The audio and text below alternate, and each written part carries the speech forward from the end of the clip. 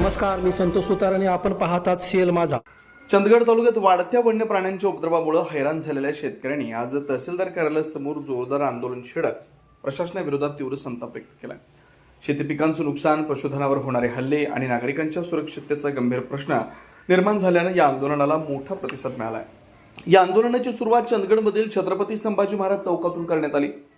शेकडो शेतकरी, विविध संघटनांचे पदाधिकारी, कार्यकर्ते रॅलीच्या माध्यमातून बाजारपेठेतून घोषणाबाजी करत तहसील कार्यालयाकडे रवाना झाले. वन्य प्राण्यांचा बंदोबस्त करा, शेतकऱ्यांना न्याय द्या अशा घोषणांनी संपूर्ण परिसर दणाणून गेला. आंदोलनात ॲडव्होकेट संतोष मळवीकर, बळीराजा शेतकरी संघटनेचे नितीन पाटील, चंदगड पंचायत समितीचे सभापती विलास नाईक, माजी जिल्हा परिषद सदस्य भरमान्ना गावडा, शिवसेना जिल्हा प्रमुख प्राध्यापक सुनील शिंत्रे, शंकर मनवाडकर, प्राध्यापक एन एस पाटील, कृष्णा पाटील यांच्यासह अनेक मान्यवरांनी सहभाग घेतला. यावेळी सर्व वक्त्यांनी शेतकऱ्यांच्या व्यथा मांडत वन विभागाच्या निष्क्रियतेवर कठोर टीका केली. दरम्यान 2 दिवसांपूर्वी आमदार शिवाजीराव पाटील यांनी मुंबई इथं वनमंत्र्यांसोबत बैठक घेऊन अनेक मागण्यांवर सकारात्मक भूमिका घेतल्याचं वृत्त व सोशल मीडियावरील व्हिडिओ प्रसारित झाले होते. मात्र प्रत्यक्ष परिस्थितीबाबत वनाधिकाऱ्यांनी आंदोलनस्थळी येऊन स्पष्ट माहिती घेऊन खात्री द्यावी अशी ठाम मागणी आंदोलकांनी केली.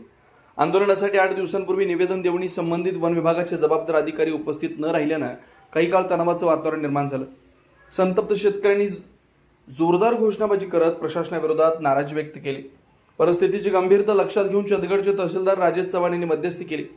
यावेळी चंदगड वन परिक्षेत्र अधिकारी तुषार गायकवाड, पाटणे वन विभागाच्या शीतल पाटील, वनपाल कृष्णा डळीकर, वनपाल नेताजी धामणकर यांना वरिष्ठ अधिकाऱ्यांशी चर्चा करून जबाबदार अधिकारी बैठकीस उपस्थित राहतील याबाबत सूचना देण्यात आल्या. त्यानुसार येत्या 22 एप्रिल रोजी सकाळी 11 वाजता तहसीलदारांच्या दालनात शेतकऱ्यांच्या मागण्यांवर सविस्तर बैठक घेण्याचं निश्चित करण्यात आलं. यानंतर आंदोलन तात्पुरतं स्थगित करण्यात आलं. या आंदोलनात उपसभापती संज्योती मळवीकर, पंचायत समिती सदस्य पांडुरंग बंडके, मधुकर आंबेवाडकर यांच्यासह विविध संघटनांचे पदाधिकारी, तालुक्यातील विविध भागातील शेतकरी मोठ्या संख्येने उपस्थित होते. वन्य प्राण्यांच्या वाढत्या उपद्रवामुळे चंदगड तालुक्यातील शेतकऱ्यांचं जीवन असुरक्षित बनलंय. आगामी बैठकीत ठोस निर्णय न झाल्यास आणखी तीव्र आंदोलन छेडण्याचा इशारा शेतकऱ्यांनी दिला. यावेळी चंदगड पोलीस ठाण्याकडून चोख बंदोबस्त ठेवण्यात आला होता.